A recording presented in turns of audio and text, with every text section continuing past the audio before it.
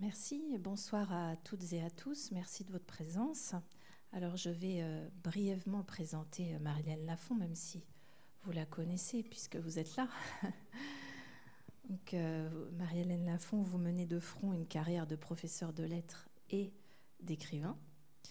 Vous avez écrit de très nombreux romans, depuis votre premier intitulé Le Soir du Chien en 2001, pour lequel vous avez obtenu le prix Renaudot des lycéens, jusqu'à Histoire du Fils, prix Renaudot 2020, et votre dernier roman, Les Sources, 2023, dont vous venez de publier une variation, c'est bien ça, avec Vie de Gilles, qui vient tout juste de sortir, là, ce très, très bel ouvrage, qui, vous nous en parlerez sans doute, est la matrice d'un ouvrage plus important, et vous nous ferez d'ailleurs l'honneur tout à l'heure de nous lire un passage pour clore l'entretien, un passage de ce Vie de Gilles.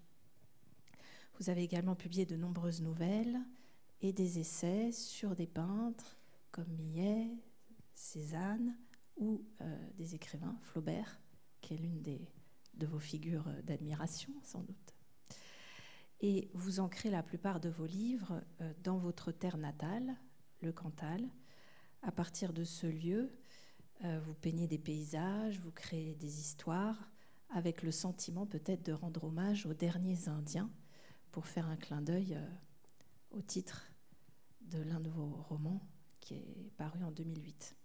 Alors justement, je commencerai par là. Pourquoi ce pays est-il si central comme le point de départ de toute narration?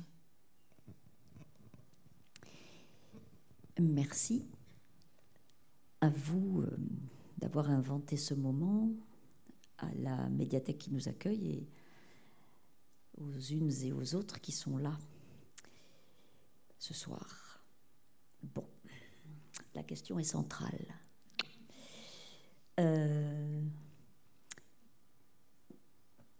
Je crois que j'en use ainsi avec ce pays, c'est-à-dire qu'il est effectivement source. C'est ce que j'appelle le pays premier et c'est le pays source.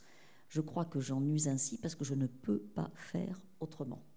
Je n'ai pas pu faire autrement. Ça n'a jamais été l'objet d'un choix. Ça a toujours été déjà là, en quelque sorte. C'est-à-dire que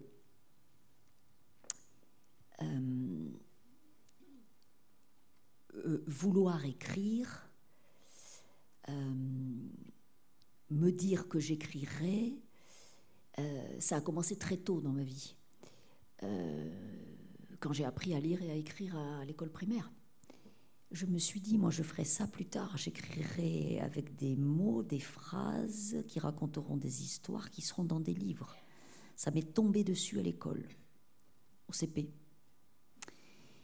Et il se trouve que, c'est le hasard de la naissance qui m'a placée à cet endroit-là, il se trouve que je suis née donc dans une ferme, à 1000 mètres d'altitude, dans le Cantal, et au début des années 60. Je pense que les choses eussent été différentes si j'étais née 30 ans plus tôt ou 30 ans plus tard. À ce moment-là, l'histoire de la paysannerie dans laquelle je suis née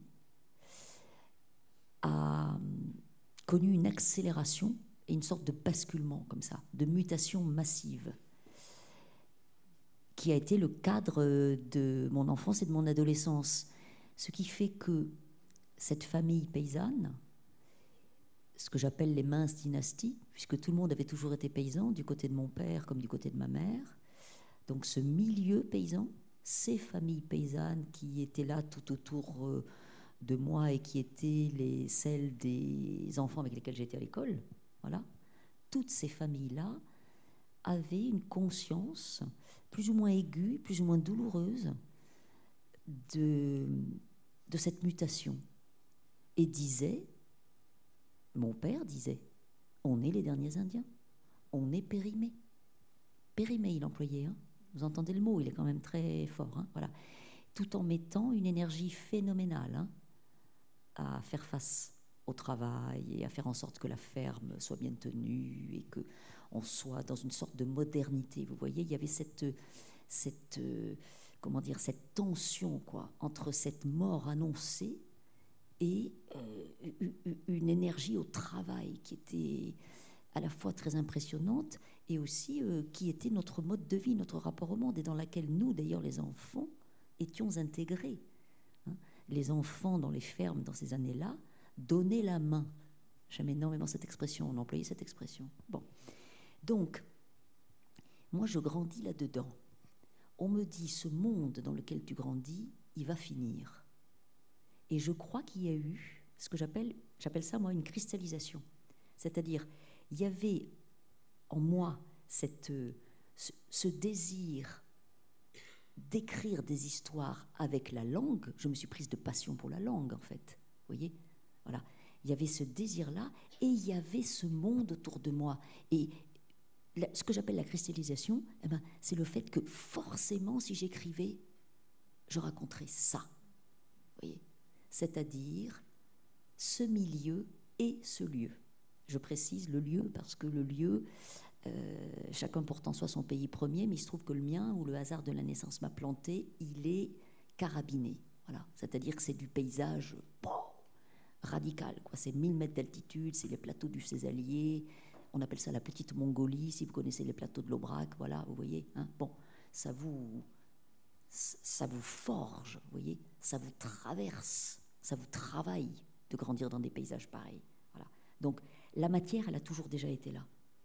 Et j'ai toujours senti, plus que su, que si j'écrivais un jour, j'écrirais de celui et de ce milieu. Il n'y avait même pas de question à se poser. Vous voyez ? Et quand j'ai commencé à écrire, beaucoup plus tard, hein, à 34 ans, ben encore une fois, je ne me suis posé aucune question. Et notamment, quand j'ai commencé à écrire, je voulais être publiée. Hein. Ça, c'était voilà, on appelle ça comme on veut, hein, un désir, une ambition, on appelle ça comme on veut. Mais je voulais être publiée, mais à aucun moment je ne me suis dit, si tu veux être publié, il ne faut pas raconter ça, parce que ça va n'intéresser personne. Surtout si tu le racontes comme tu le racontes, c'est-à-dire pas à la façon roman de terroir. On est tout à fait dans autre chose, vous voyez. À aucun moment je ne suis entrée dans cette considération-là. J'ai tâché de faire ce que j'avais à faire. Et ce que j'avais à faire, c'était travailler cette matière-là, vous voyez. Et l'exergue de mon premier livre, c'est une citation des notes sur le cinématographe de Robert Bresson. Ne glisse pas ailleurs, creuse sur place. Vous voyez ? Et ça, c'était la fin des années 90. J'ai commencé à écrire en 96. Vous voyez ? Et d'une certaine manière, je n'ai pas creusé ailleurs. J'ai creusé sur place, je n'ai pas glissé ailleurs. Vous voyez ? Voilà. Hein. Même si j'ai écrit des livres citadins, hein, mais cette veine, au sens géologique du terme, cette veine paysanne, elle est totalement inépuisable. Elle me traverse géologiquement, généalogiquement, affectivement. Enfin, je n'y échapperai jamais. Ça, c'est absolument évident. J'ai fini par le comprendre, vous voyez. Je ne l'épuiserai pas, c'est elle qui m'épuisera. Ça, c'est... Voilà. Et ce qui est extrêmement surprenant, c'est que ce matériau-là, cette matière, j'aime bien le mot matière, j'aime pas le mot sujet, cette matière à écrire, vous voyez, hein, cette matière-là, empoignée comme je l'ai empoignée, ce qui est extrêmement surprenant, qui ne laisse pas encore aujourd'hui, je le répète, de me surprendre, c'est qu'elle ait trouvé place, vous voyez, dans le paysage éditorial. Voilà. Il a fallu 2 décennies pour ça, mais qu'elle ait trouvé place. C'est ça qui est très, très surprenant. Voilà. Justement, je rebondis sur cette question du paysage éditorial. Il est bien entendu qu'il ne s'agit pas de littérature de terroir, qu'il ne s'agit pas de littérature régionaliste, enfin de toutes ces étiquettes, effectivement, il est bien normal que ces étiquettes n'aient jamais été collées en l'occurrence, jamais, non. Voilà, ça c'est évident. Mais est-ce que cela pouvait représenter au départ, parce que évidemment maintenant, bon, une menace, selon vous, est-ce que ça aurait... voilà, est-ce que cette thématique, cette matière, pour reprendre votre terme, est mal vue dans les milieux littéraires? Est-ce que ça a pu être un handicap? Bon. Alors, ça, c'est une sacrée question. Alors, le paysage littéraire, vous voyez, c'est-à-dire la littérature en train de se faire, les contemporains. Quand j'ai commencé à écrire et chercher un éditeur, d'ailleurs, je n'en avais une connaissance que très relative, vraiment, hein, très parcellaire, très relative. Je dois dire, ça n'est pas à mon honneur, hein, mais que quand j'étais étudiante en lettres classiques à la Sorbonne dans les années 80, j'ignorais à peu près toute la littérature en train de se faire. On n'étudiait pas les écrivains vivants, il faut dire à ma décharge. Ils étaient tous morts. Hein, bon. Mais je suis quand même restée longtemps figée dans cette vision-là des choses. Hein, trop longtemps. Ça ne plaide pas, encore une fois, en faveur de ma curiosité d'esprit.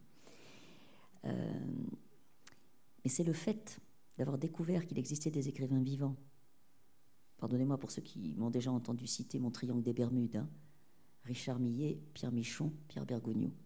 Hein, c'est le fait de découvrir, à partir de 95, pas avant, hein, qu'il existait ces écrivains-là qui étaient en train de faire œuvre de langue majuscule, justement en travaillant cette matière dont je vous parlais tout à l'heure, et qui était comme de naissance la mienne. Voyez, c'est le fait de les découvrir qui m'a acculée à l'écriture, qui m'a enfin poussée dans mes retranchements, et c'est parce que je les ai lus que j'ai commencé à écrire, hein, 95-96. Mais il n'empêche que, à cette époque-là, j'ai une vision très très parcellaire du paysage éditorial. Voyez, donc, quand je commence à chercher un éditeur, j'envoie mes textes chez les éditeurs qui publiaient ces trois écrivains-là. Vous voyez, hein, mais je ne connais pas du tout le paysage. Hein. Bon. En revanche, côté, non pas littérature de terroir, j'en ai lu très peu. Quand j'avais 14 ou 15 ans, j'ai lu Claude Michelet. Les palombes ne passeront plus, des Griveloux, vous voyez, j'ai lu ça. Mais sinon, je connais extrêmement mal cette littérature. Je sais qu'elle existe, mais je ne l'ai pas lue. Voilà. En revanche, côté littérature dite régionaliste, alors là, j'en connais un rayon, parce que j'ai eu l'idée extrêmement saugrenue, hein, de faire une thèse, puisque je voulais être docteur, hein, de faire une thèse sur Henri Pourrat. Et Henri Pourrat, c'est le parangon, hein, de la littérature dite régionaliste. Donc je suis bien placée pour savoir que le régionalisme, c'est un péché majeur. Hein. C'est rédhibitoire, ça vous colle dans une case et vous n'en sortez plus. Hein. 1, 2. Ce qui est aussi extrêmement risqué, c'est le monde paysan. Ah oui, parce qu'à partir du moment où vous travaillez cette matière-là, vous êtes en première ligne pour le soupçon de... comment dire, droitisme foncier, réactionnariat rédhibitoire et définitif. Enfin, vous voyez, on vous attend de ce côté-là. Hein. La terre, elle ne ment pas, on ne va pas jusque-là, mais bon, j'ai pas besoin de vous faire... je crois que j'ai pas besoin d'aller tellement plus loin. Vous voyez, je sais tout ça. Hein. Mais confère-ci dessus. Alors, c'est mon côté... C'est ce que j'appelle mon côté, vous voyez, comment dire, sommaire. Hein. Je ne sais faire que ce que j'ai à faire. Et ce que j'ai à faire, c'est ça. C'est à cet endroit-là que je dois écrire et c'est sur cette matière-là que je dois écrire. Donc, je suis consciente de ça, mais j'y vais quand même. Et j'ai presque envie de vous dire, de toute façon, je n'eusse rien pu écrire d'autre. Voilà. Bon. Et ensuite, il y a eu un concours de circonstances heureux, hein, qui a fait qu'un éditeur m'a fait confiance et a continué à me faire confiance pendant les 6 ou 7 premières années où je publiais mes premiers livres pour un public, je vous prie de croire, extrêmement confidentiel. Tenace, mais confidentiel. Voilà, vous voyez, hein. Et très honnêtement, je crois que ce qui fait que cette étiquette donc, hein, du terroir ou du régionalisme ne m'a pas été appliquer, c'est la langue. C'est la question de la langue. C'est pas du tout ce que je raconte, c'est la manière dont la phrase empoigne la chose, vous voyez, voilà. Hein. Il me semble que c'est de ça dont il est question. Et ce qui ne m'affecte pas outre mesure, et qui continue encore aujourd'hui, c'est de temps en temps, de la part de la critique littéraire, la critique littéraire médiatique, vous voyez, hein, qui est quand même en grande partie parisienne, pour ne pas dire germano-pratine, de temps en temps, un regard de surplomb, ça sent la paille, quoi. Voyez, elle a de la paille dans les sabots, ces paysans, ça suffit, encore les paysans. Vous voyez, je me souviens d'une fois, une critique littéraire qui a dit, elle met l'article défini là, devant les prénoms, pour qualifier certains de ses personnages féminins. Là, ceci, là, cela. Eh ben, il suffit de franchir le périphérique et d'aller même en Sologne, c'est pas loin, et de tendre un peu l'oreille pour entendre ces tournures-là, vous voyez. D'accord, dans le 6e et dans le 5e, pas tellement, mais ailleurs, si, vous voyez. Donc ça, vous voyez le côté comme ça, comment dire, étiquette agricole, ça je l'ai, mais je m'en fiche complètement, voire même j'en rajoute un peu. Et ça ne me dérange pas du tout. Voilà, voilà comment je m'arrange avec ça. Et puis,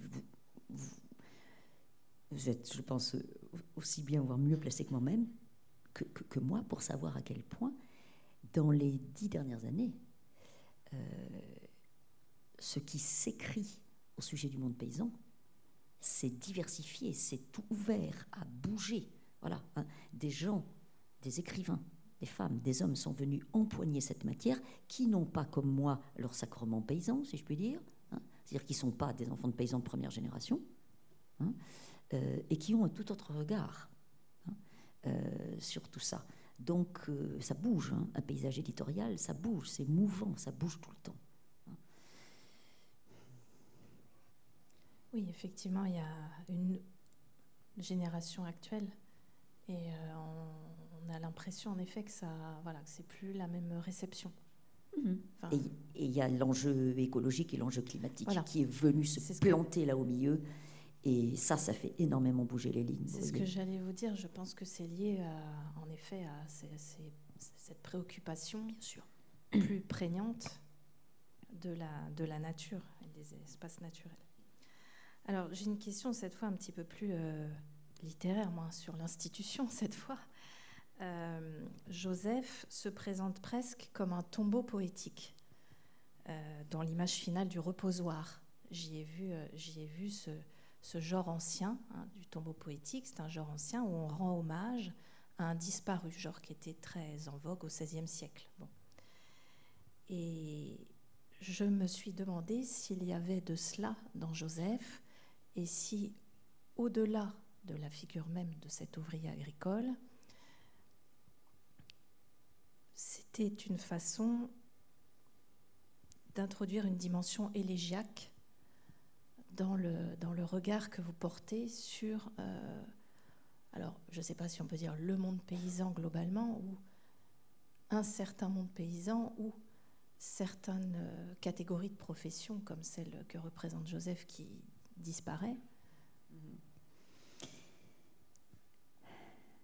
Alors le reposoir, je le précise, et je vais répondre sur cette dimension élégiaque. Le reposoir, ça vient de Flaubert. Ça vient de la dernière partie d'un cœur simple de Gustave Flaubert, où Félicité, la servante, agonise longuement, et les reposoirs de la Fête-Dieu ont été dressés dans les rues de Pont-l'Évêque, et notamment dans la cour de la maison de Madame Aubin. Elle est en train d'agoniser dans cette maison, et il y a un reposoir qui a été dressé sur lequel on lui a fait la joie d'accueillir son fameux perroquet, hein, bon, empaillé. Voilà. Et donc le mot reposoir, il vient de là. Hein. Et disons que, justement, Joseph, c'est vraiment un chant d'hommage. Et en ce sens, il y a une dimension, alors je n'irai pas jusqu'au chant d'amour, mais j'irai dire un chant d'hommage. Hein. Chant, on l'entend en CHNT, on peut l'entendre en CHMP aussi. Hein. Il s'agit de faire honneur. Voilà, c'est comme ça que je le dirais, vous voyez. Et là, en ce sens, on peut rejoindre le geste d'écriture élégiaque. Il s'agit de faire honneur à ce que j'appelle les écrasés. Voyez, hein, c'est-à-dire ces ouvriers agricoles avec lesquels j'ai grandi dans la ferme de mes parents, qui étaient souvent des hommes seuls, hein, dont les familles s'étaient délitées ou qui, pour diverses raisons, étaient en marge, hein, et qui, aujourd'hui d'ailleurs, hein, seraient des marginaux, voilà, hein, et qui, dans cette société paysanne dans laquelle j'ai grandi, avaient encore une place qui était la place ancillaire, hein, de l'ouvrier, hein, agricole. Alors, quand il y avait plusieurs ouvriers dans la ferme, les Joseph, c'était ceux qui n'avaient d'autres compétences que la force de leurs bras. Vous voyez, qui n'avaient pas... Joseph, par exemple, il ne sait pas conduire le tracteur. Hein. C'est pas lui qui a la compétence pour fabriquer le Saint-Nectaire fermier, hein, le fromage. Vous voyez, il fait les petites tâches, il fait les besognes. Voilà. Hein. Et ces ouvriers agricoles-là occupaient vraiment le bas du bas de la hiérarchie sociale et en général n'avaient pas fait maison, hein, n'avaient pas d'enfants, etc. Donc il ne reste d'eux que le souvenir qu'on en a. Voilà. Et j'inscris ce livre, c'était vraiment mon intention. Hein. C'est rare que j'ai une intention. Je suis du verbe suivre une piste, je flaire une piste dans le maquis du monde et je la suis. Hein. Quand j'ouvre un chantier. Mais là, Joseph, c'était différent. Joseph, je voulais faire honneur, voilà, hein, à ces disparus, voilà. Hein. D'ailleurs, son nom, par exemple, voyez, son prénom, pardon, hein, son prénom, pour le coup, je l'ai non pas emprunté à l'un des ouvriers agricoles que j'ai côtoyés dans la ferme de mes parents, hein, mais je l'ai emprunté au monument aux morts. Voyez, sur les monuments aux morts, si vous regardez la liste, il y a toujours des Joseph, hein, et beaucoup de Joseph. Et voilà, il y avait une récurrence comme ça du prénom, il vient de là le prénom, vous voyez, hein. Et le personnage de Joseph, il est composé au sens musical ou pictural du terme, pièces et morceaux, des gestes, des façons de faire, j'allais dire des façons de dire, mais surtout des façons de se taire, des silences, hein, de ces ouvriers agricoles que j'ai connus dans la ferme de mes parents, entre le moment où j'ai commencé de prendre conscience que j'étais au monde et le moment où je suis partie à l'âge de 18 ans. Voyez, et donc entre 1967-68 et 1980. Voyez, et le livre des ouvriers agricoles, c'est comme ça que je l'appelais, Joseph, hein, j'y ai pensé pendant des années, je l'ai rumié pendant des années avant d'oser empoigner la matière. Parce que c'était une matière douloureuse, délicate. Par exemple, on ne pouvait pas faire l'économie de la boisson. Beaucoup d'entre eux se tuaient de boisson. Voilà. Comment on fait avec ça? Voyez, hein, pour éviter le surplomb, pour éviter ce que j'appelle la pitié dangereuse, voilà, hein, pour éviter le jugement, le commentaire, enfin, vous voyez tout ça. Hein. Donc, comment trouver, hein, et c'est Flaubert qui m'a donné la solution, avec un cœur simple. Voyez, à la faveur d'une de mes multiples relectures d'un cœur simple, d'un seul coup, je ne sais pas pourquoi ce jour-là et pas avant, hein, je me suis dit, mais il faut travailler en 5 temps. Il y a 5 chapitres dans un cœur simple. Hein. 5 temps. Voyez, il faut passer par la phase des amours. Il a vécu comme un autre son histoire d'amour. Dans un cœur simple, vous avez elle a vécu comme une autre son histoire d'amour. Vous voyez, il y a même quelques citations comme ça. Passer par la phase des amours, hein, et terminer par le reposoir. Hein. Le reposoir, dans le reposoir, il y a repos. Nous nous reposerons. Voilà, une sorte de douceur comme ça qui advient, hein, au terme d'un parcours de vie, comme on dirait aujourd'hui, totalement cabossé, voyez, hein, avec le trou de 15 années encore une fois, d'alcoolisme invétéré, 3 cures de désintoxication, etc., sans misérabilisme. Hein. Joseph a ses opéras intérieurs, sa polyphonie, il faut que je la donne à entendre. Voilà. Alors, en ce sens, il y a l'intention de faire honneur et d'inscrire une trace. Ça, oui, vraiment. Hein. Et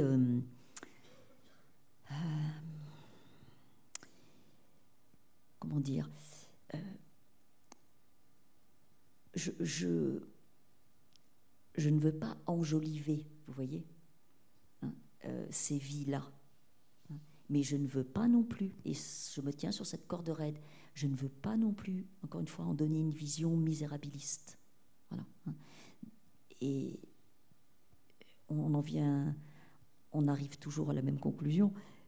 Pour me tenir sur cette corde raide, il faut tenter de mettre le juste mot à la juste place, c'est-à-dire travailler la langue, mot à mot, pas à pas, tout le temps. Et pour Joseph, c'était terrible. Par exemple, vous voyez, Joseph, moi qui aime le subjonctif plus que parfait, Joseph, non.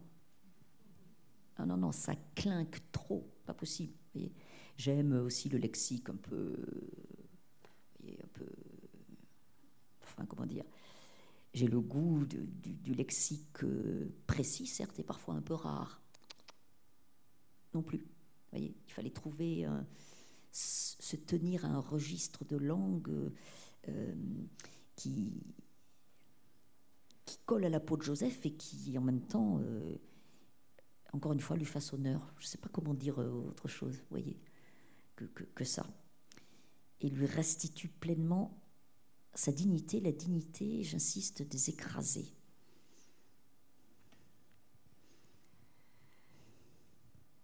Alors j'aimerais maintenant revenir sur cette expression que vous avez employée tout à l'heure de glisser ailleurs, que j'ai trouvée très, très intéressante parce qu'elle reflète aussi parfois la trajectoire finalement de certains de vos personnages. Et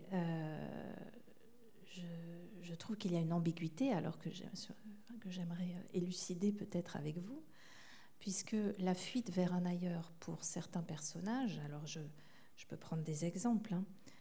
On a Michel et la mère, par exemple, dans Joseph, qui s'en vont.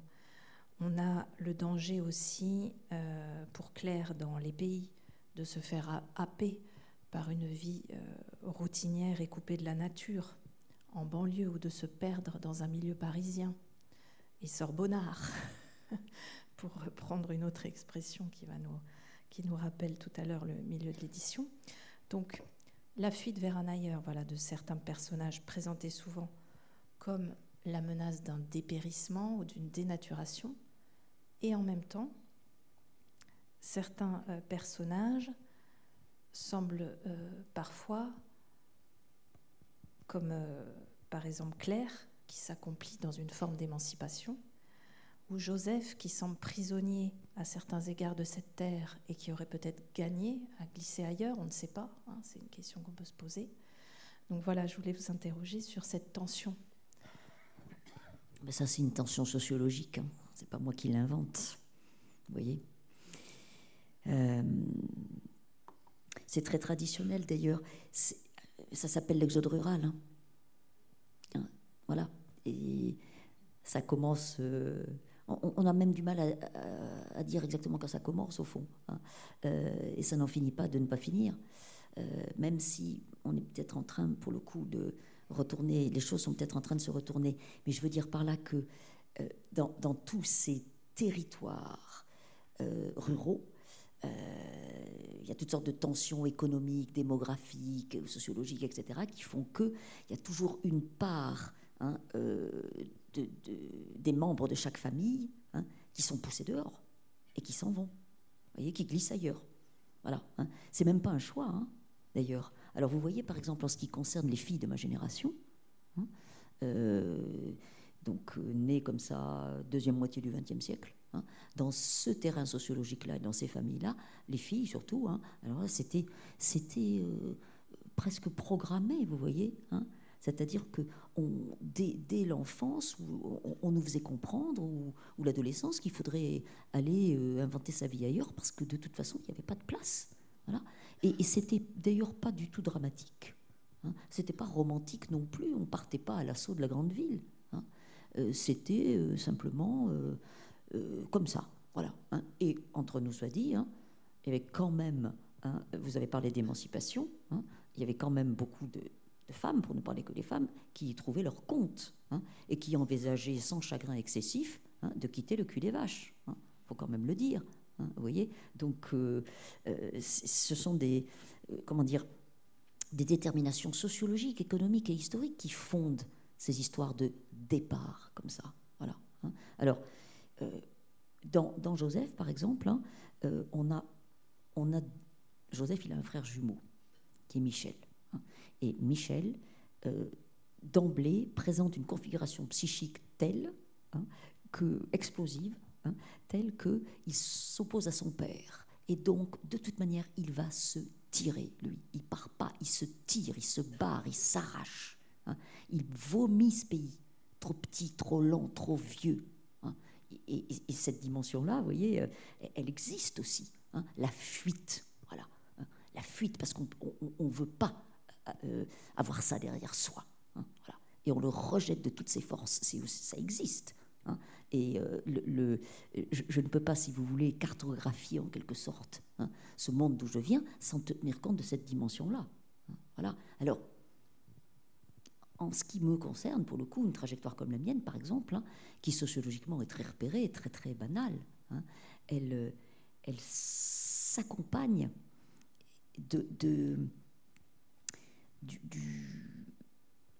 sorte de, comment dire, le sentiment que j'ai ressenti très tôt, hein, d'avoir avec ce pays, ce paysage dont j'ai parlé tout à l'heure, voyez, hein, une sorte d'histoire d'amour qui ne finirait pas, qui n'a toujours pas fini, qui continue, voyez, hein, et ça ne m'a pas empêché de le quitter, parce que c'était, encore une fois, sociologiquement et économiquement, historiquement programmé, hein, mais je l'ai emporté avec moi, voyez, j'ai emporté, hein, dans ma peau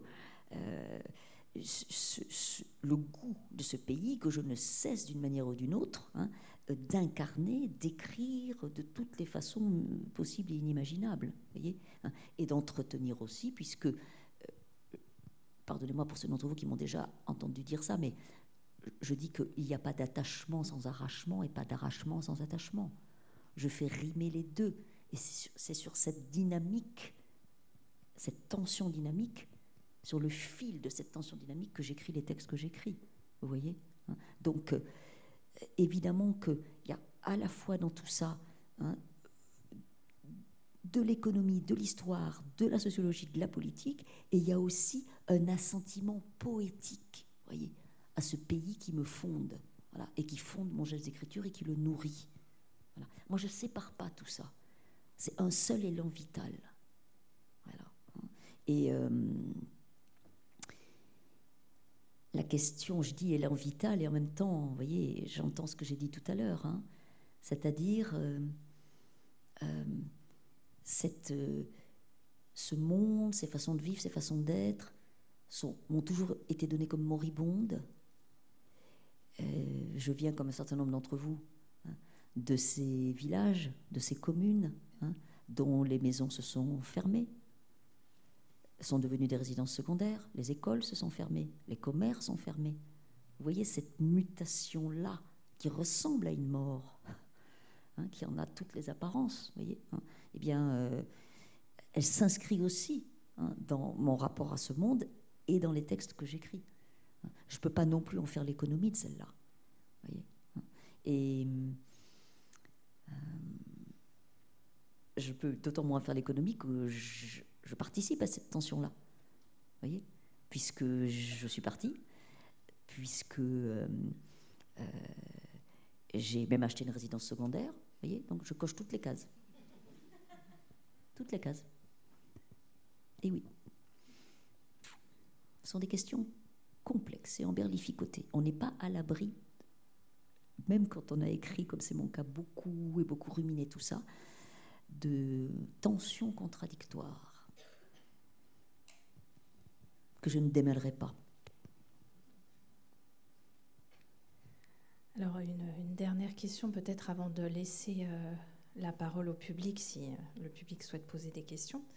Vous avez évoqué tout à l'heure une corde raide sur laquelle vous teniez pour trouver le langage, je ne pense pas dénaturer votre pensée, trouver le langage qui correspond finalement à la fois au personnage, à la fois à la matière que vous traitez. Est-ce que le maître mot de cette esthétique que vous décrivez là, ce serait l'authenticité? La précision. Plutôt la précision. Oui, et la justesse. C'est Pierre Bergogneau qui m'a fait cet honneur de m'écrire, après avoir lu Joseph, « Ton Joseph est un monument de justice et de justesse. » Voilà. Et justesse, précision et justesse, ouais, au sens musical du terme, vous voyez? Voilà. Alors si ça s'appelle être authentique, moi je veux bien. Hein. Mais c'est plutôt ça que je cherche. Dans la phrase, dans chaque phrase, mot à mot, pas à pas. Et à voix haute. Puisque le travail de la phrase et cette tentative éperdue, toujours recommencer, de mettre le juste mot à la juste place, dans mon cas, ce n'est pas original, hein, ça se fait à partir du premier jet, hein, essentiellement en voix haute, en retravaillant chaque phrase. Voilà. Dans cette respiration comme ça, vous voyez, qui met en jeu tout le corps. D'où la lecture à voix haute. Oui, comme Flaubert. Ah, bon. Flaubert, vous savez, j'aime à dire que George Sand, quand elle le reçoit à Nohant avec Tourguenieff, elle fait quand même cette chose incroyable. Elle les pèse et elle les mesure, les deux. Hein. Et Tourguenieff est plus grand et pèse moins lourd que Flaubert. Flaubert est grand pour un homme de son époque, il fait plus d'1,80 m. Il est costaud. Hein, voilà, je crois il me semble que c'est 1,82 m et plus de 90 kg. Il a du coffre. Vous voyez ce que je veux dire? Donc j'imagine le Gauloir de Flaubert, d'ailleurs on dit Gauloir. Hein.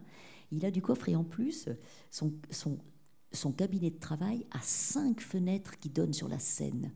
Vous imaginez? Ah, c'est une sorte de caverne comme ça, hein, lumineuse. Hein. Et il va nager dans la Seine, hein, d'ailleurs, régulièrement. Hein. Je suis un nageur de première force. On l'imagine pas comme ça, Flaubert. Vous imaginez? Hein. Flaubert, il va nager dans la Seine. Bon, aujourd'hui, quand vous allez à Croisset, je peux vous assurer que vous n'avez pas envie d'aller nager dans la Seine. Hein. Oh, c'est terrifiant. Bon, bref, donc, vous voyez, moi, je n'ai pas le coffre de Flaubert et je n'ai pas non plus son cabinet de travail. Mais évidemment que c'est lui le patron.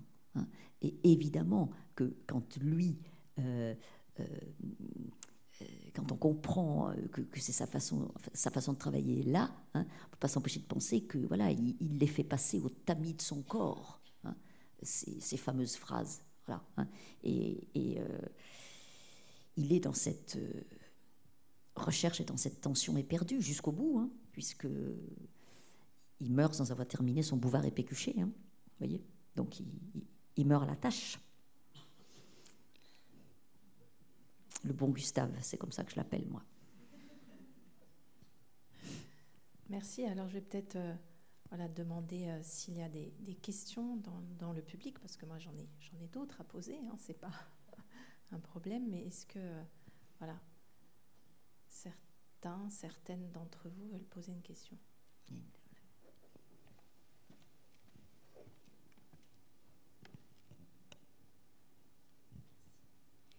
Merci beaucoup. J'aurais aimé juste savoir si vous pensez que l'avènement de l'IA peut avoir une influence sur votre sérénité d'écriture et votre manière pour la suite. Ben, je vais vous dire une chose, madame. C'est une des raisons pour lesquelles je me console de vieillir. Voilà. Je me dis que si j'avais 20 ans de moins, je serais absolument contrainte de me confronter à ça, voyez, qui me dépasse complètement, qui me met dans un état d'angoisse totale.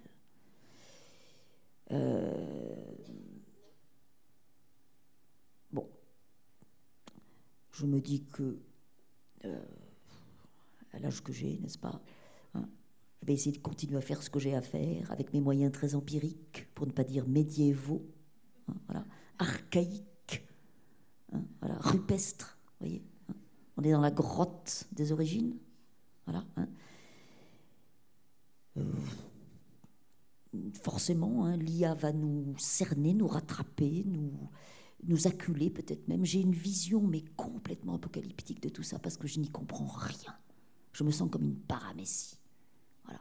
Et pour moi, c'est totalement terrifiant. Alors, de temps en temps, j'en ris, parce que j'ai une amie qui sait très bien s'amuser avec tout ça, et donc qui a programmé, je ne sais trop quoi, etc., en demandant à l'IA d'écrire une page à la manière de Marie-Hélène Lafont. Alors, je vous assure que c'était, mais dément. Hein. On a beaucoup ri. Bon, malheureusement, l'IA progresse. Hein, voilà, bon. Et moi, pas forcément. Hein, bon. Donc, vous voyez, mais je ne peux pas m'en sortir autrement que par la boutade. Hein. C'est très angoissant. Alors, bon, gageons que cela puisse avoir aussi des aspects, dans certains domaines, hein, vous voyez, positifs et libérateurs. Hein. Gageons.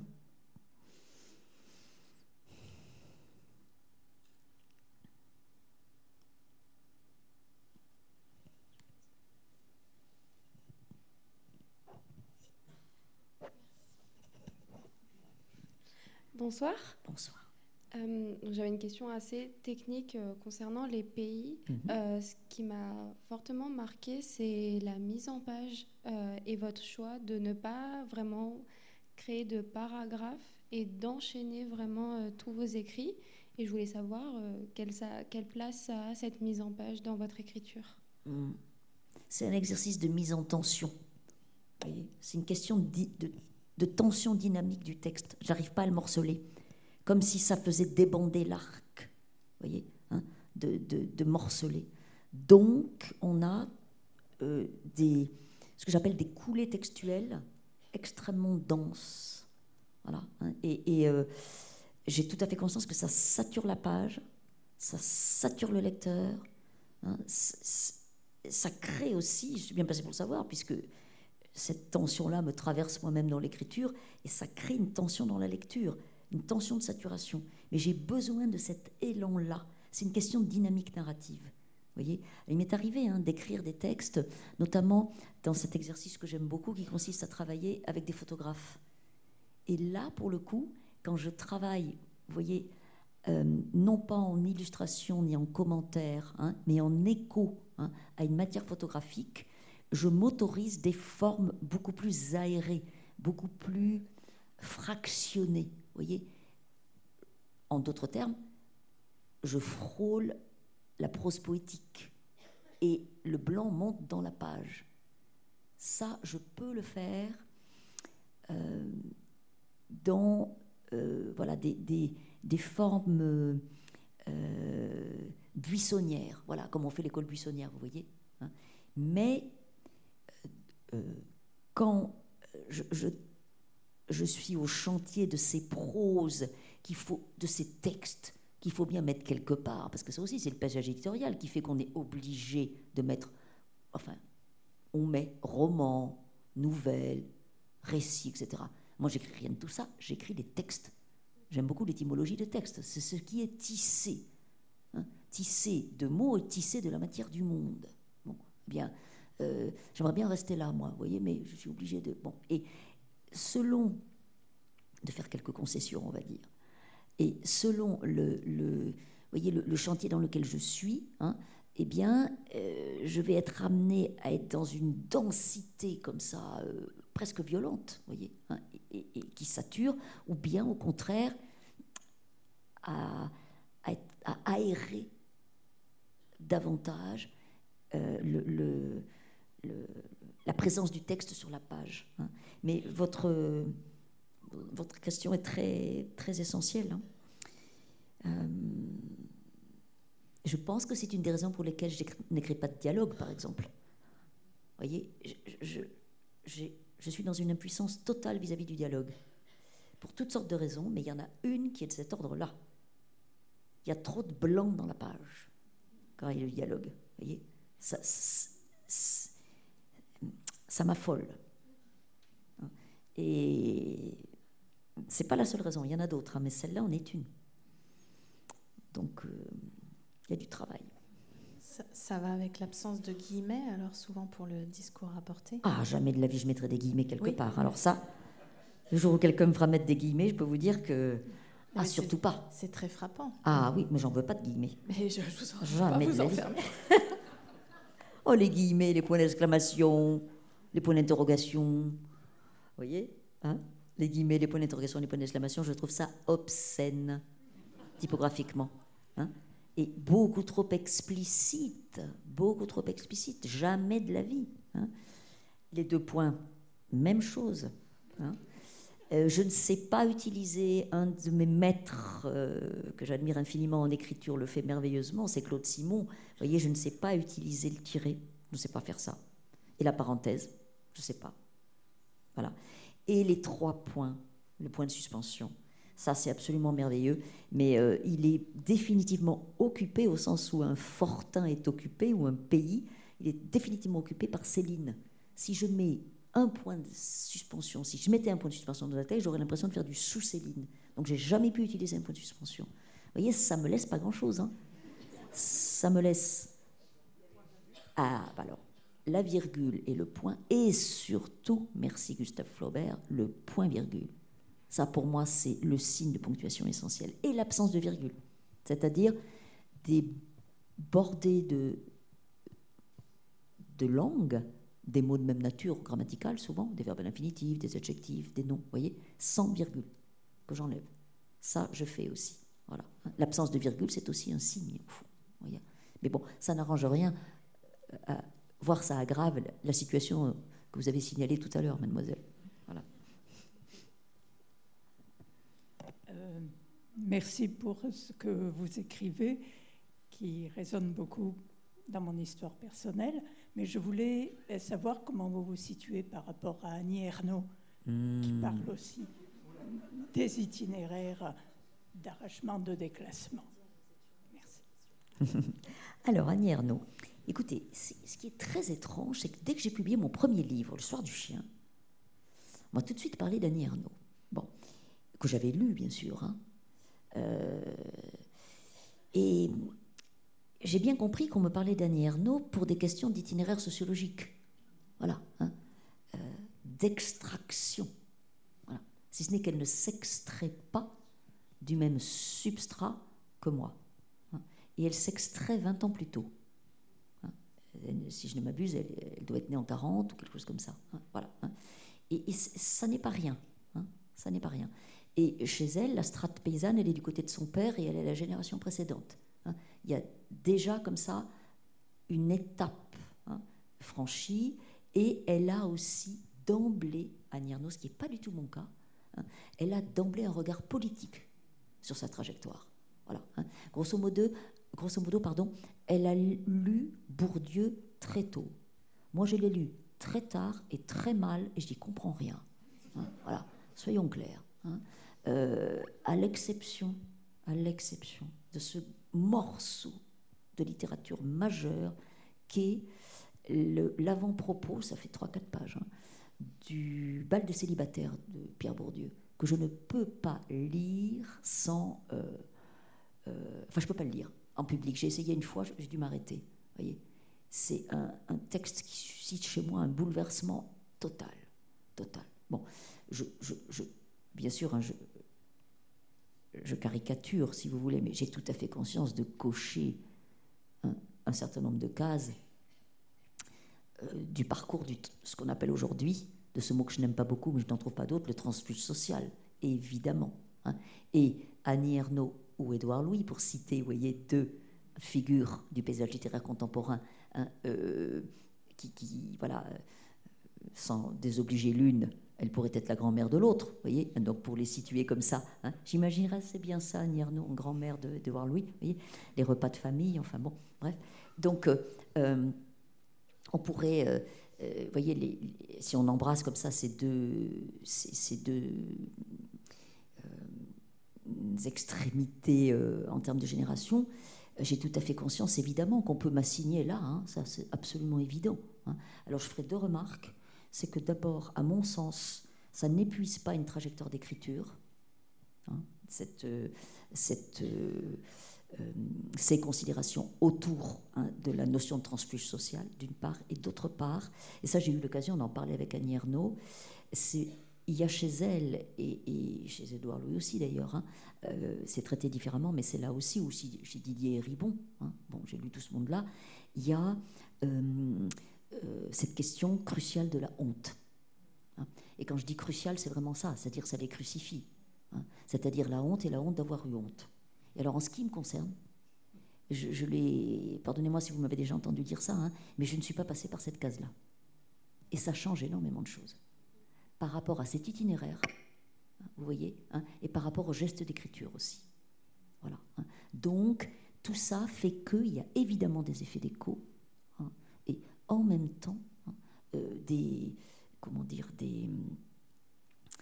abîmes, en quelque sorte, hein, qui sépareraient, hein, le geste d'écriture qui est le mien et celui d'Annie Ernaux. Hein. Alors, de surcroît, il y a tout un pan de l'œuvre d'Annie Ernaux dans lequel je ne me retrouve, enfin, dans lequel je ne trouve aucun repère, vous voyez. Hein.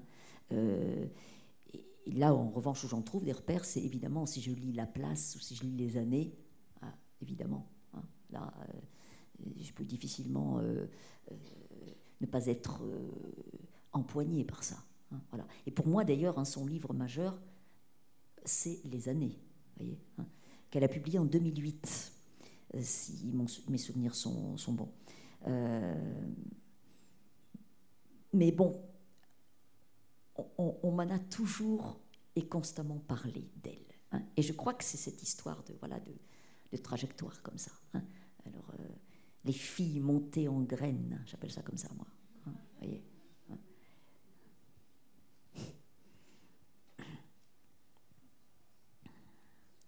Une autre question, peut-être ?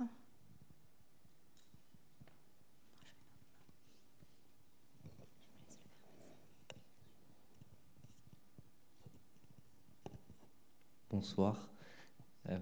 Pour revenir à vous et moi, Annie Ernaux, j'ai lu Les Pays et j'ai été un peu étonné puisque c'est un roman d'ascension sociale, mais la fin est assez paradoxale puisqu'on termine sur le regard du père qui est un mouvement descendant qui regarde le sol. Pourquoi ce choix ?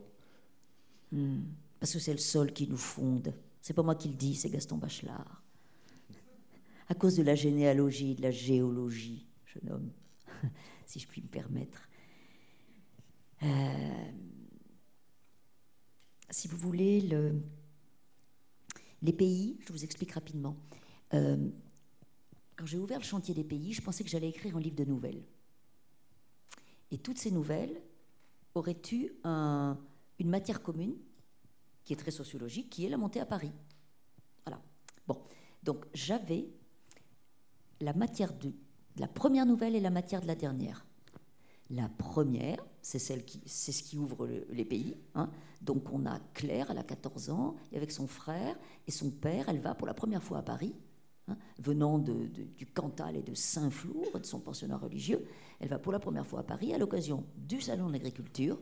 Hein, voilà. Et c'est cette sorte alors, c'est même pas un émerveillement, hein, c'est ce transport, à tous les sens du terme, hein, dans cet univers qui lui est proprement indéchiffrable, hein, et dans lequel elle éprouve comme ça un bouquet de sensations très très fortes. J'avais ça, hein, voilà. Donc j'écris ça.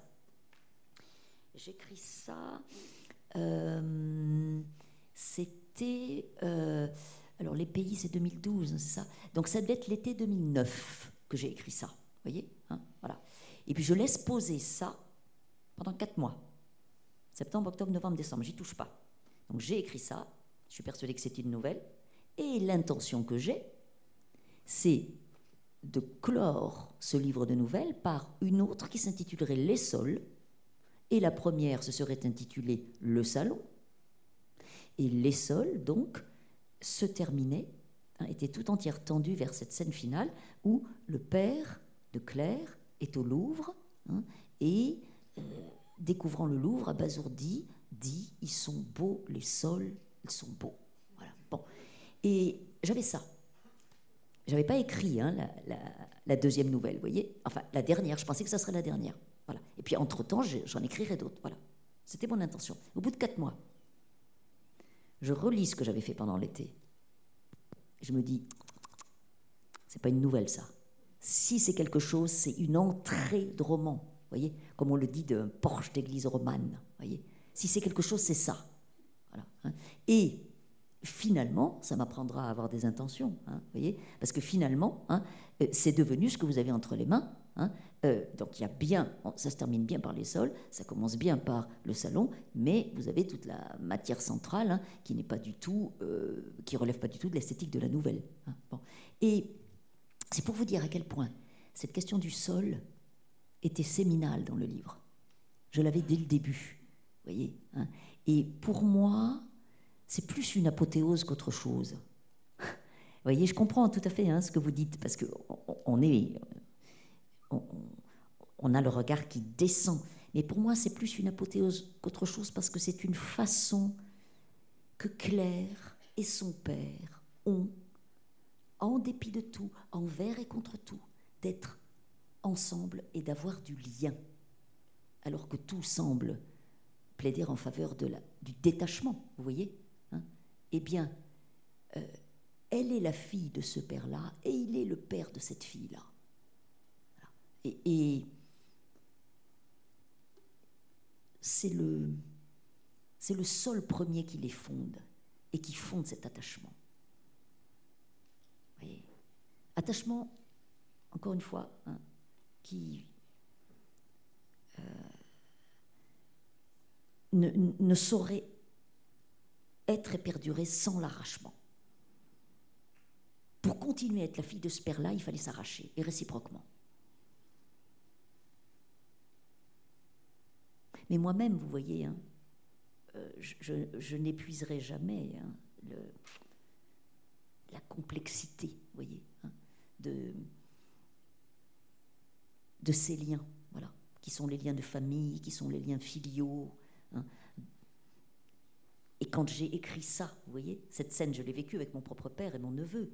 Et quand j'ai écrit ça, mon père était vivant, maintenant il est mort, vous voyez, hein. Et donc, ça résonne encore d'une autre façon, voyez, hein. Et j'entre dans cet âge que mon père avait quand j'ai vécu cette scène-là avec lui, voyez. Donc toujours les textes restent comme ça vibrants, voyez, y compris pour moi qui les ai écrits.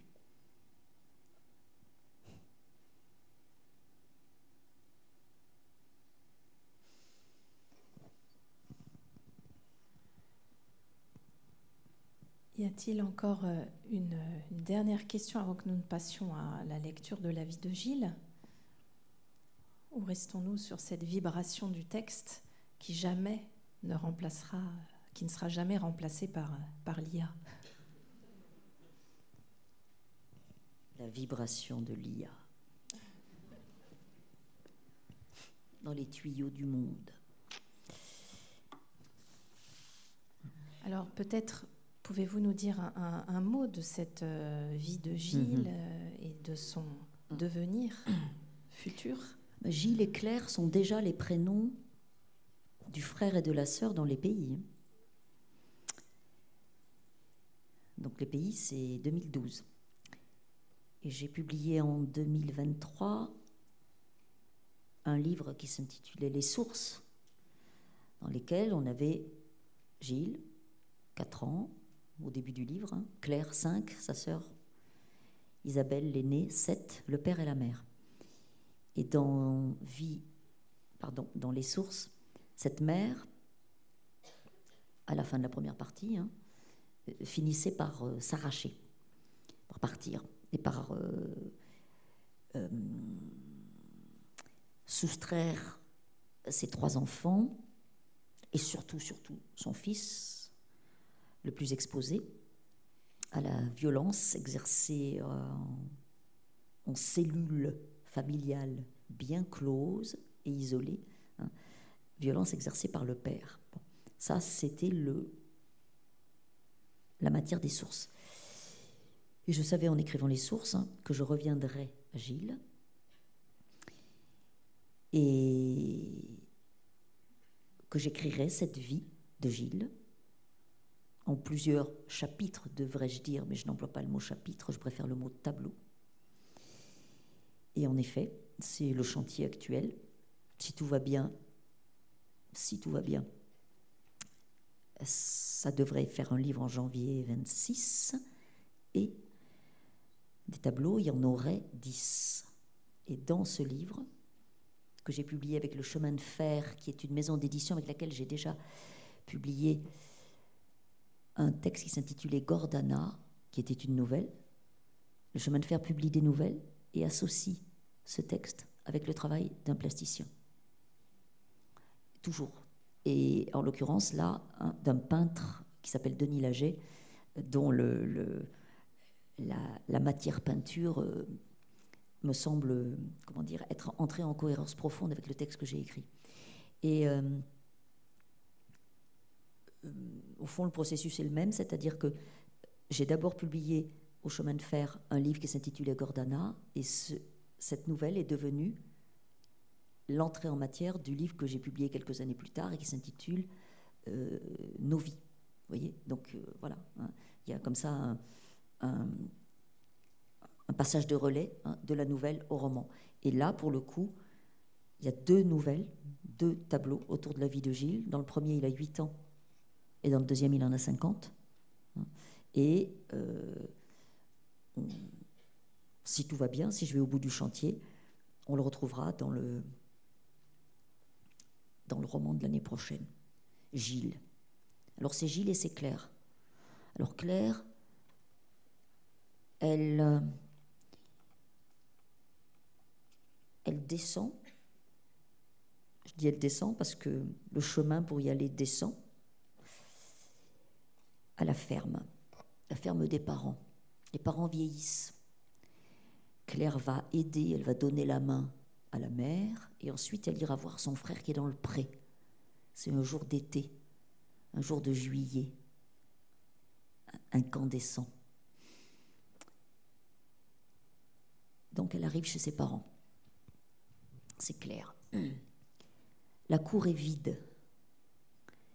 C'est l'heure chaude où les poules sont terrées sous le vieux tracteur, en contrebas du mur ou derrière l'érable. Les chiens sont descendus à l'étable et n'en remonteront qu'après la fin de la traite. Sa mère a écarté une lessive dans le jardin dont le portail résiste un peu. Claire insiste, il cède. Son père n'a pas encore fauché l'herbe haute de l'allée. Chaque année, il voudrait arrêter le jardin. C'est trop de peine. Ils sont trop vieux. Il faudrait s'en occuper davantage et arroser un peu tous les soirs pour avoir vraiment de beaux légumes. Elle connaît ses rengaines. Elle jette un coup d'œil. Beaucoup de pommes de terre, 3 planches de haricots verts, 6 rangées en tout, qui vont donner bientôt des salades. C'est déjà ça. Elle aime bien cueillir les haricots verts et elle repasse volontiers, surtout ce linge qui a séché en 2 heures dans l'allée et sent si bon. Sa mère l'attend. Elle dépose la brassée de linge tiède sur la table à repasser qui reste toujours déployée devant l'une des 2 fenêtres et s'assied à peine sur le banc pour boire un verre de sirop. La cuisine est vaste et fraîche, même en été. Elle balaie le carrelage luisant et marron avant d'attaquer le repassage. Elle ne tient pas en place et ne peut pas rester plus de 10 minutes dans cette maison sans s'affairer. Sa mère est assise. Elle dit des phrases. Elle raconte les histoires des gens. Et Claire lui donne suffisantes répliques parce qu'elle connaît encore ces gens, tous ou presque tous. Elle n'a pas perdu le fil. Sa mère parle des Combes, les voisins. Ils ont toujours été là, de l'autre côté de l'assentoir, pile en face, à Soulages. Les 3 fils sont restés. Ils ont largement la quarantaine maintenant. Ils sont mariés. et leurs femmes ne travaillent pas à la ferme, elles ont des métiers. La mère connaît les prénoms et les âges des enfants des fils Combes, et Claire aussi, elle les a retenus. Thomas, Olivier, Léa, Anaïs, David et Jordan. Depuis plus de 15 ans, les fils Combes louent ou achètent tout dans la commune. Dès qu'un paysan arrête, ils reprennent les terres, ils font la loi et rien ne leur résiste. Les 3 fils Combes réunis fabriquent plus de 100 hectares que tous les autres producteurs de la commune. Ils ont aussi un troupeau d'aubrac pour la viande. Ils se sont mis aux aubracs, ils sont bons à tout. Claire connaît la litanie de la mère et ses expressions.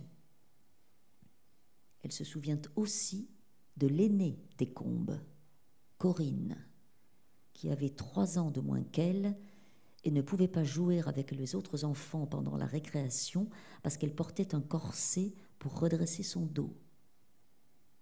Corinne a eu un enfant très jeune, à 18 ans, un fils. On ne savait pas qui était le père. Elle est partie, elle est revenue plusieurs fois. Claire sait que cette Corinne a fréquenté son frère quand il avait la trentaine.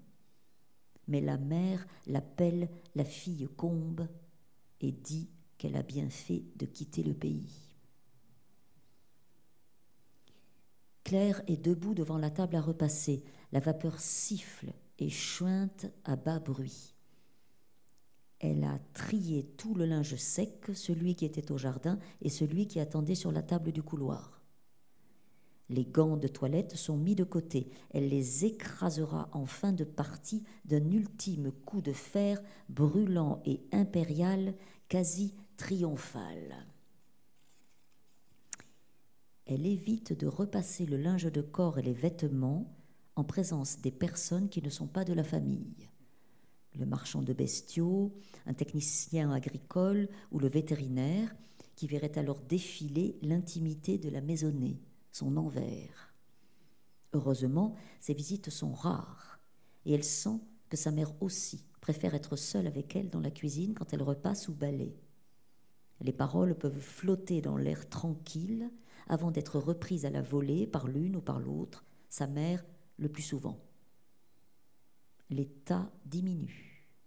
Les piles de linge repassées et pliées s'alignent sur le banc. Elle les répartira ensuite dans la maison entre les tiroirs du buffet pour les essuie-mains et les torchons, le meuble de la salle de bain pour les serviettes de toilette et les gants, les commodes ou armoires des chambres pour les vêtements des uns et des autres. Elle tient à finir ce qu'elle a commencé et à faire place nette avant de descendre voir son frère. Sa mère lui a confirmé qu'il avait aujourd'hui une grande coupe prête le long de la rivière, tout le fond du pré, du beau foin, pas trop avancé, bien sec et sans terre, puisque, cette année, les rats taupiers n'ont pas sévi. Claire se souvient de la première invasion de rats en 1983. On croyait alors pouvoir lutter. Elle vivait déjà à Paris, mais s'était trouvée là quelques jours et avait aidé son frère à diffuser dans des saignées ouvertes à la charrue une bouillie rouge dont l'odeur douceâtre l'avait longtemps poursuivie. Dans les 3 décennies suivantes, les rats taupiers avaient reflué, étaient revenus, repartis. Le mot épizootie était entré dans le vocabulaire de la ferme pour n'en plus ressortir, avec d'autres sigles et termes, quota, épandage, PAC, UGB, ICHN.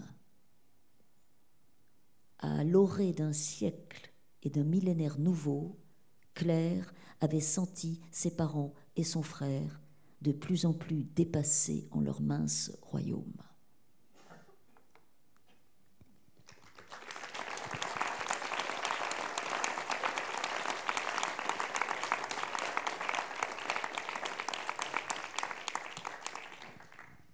Merci beaucoup d'avoir fait résonner le texte pour finir cette rencontre. Merci beaucoup d'avoir répondu à cette invitation.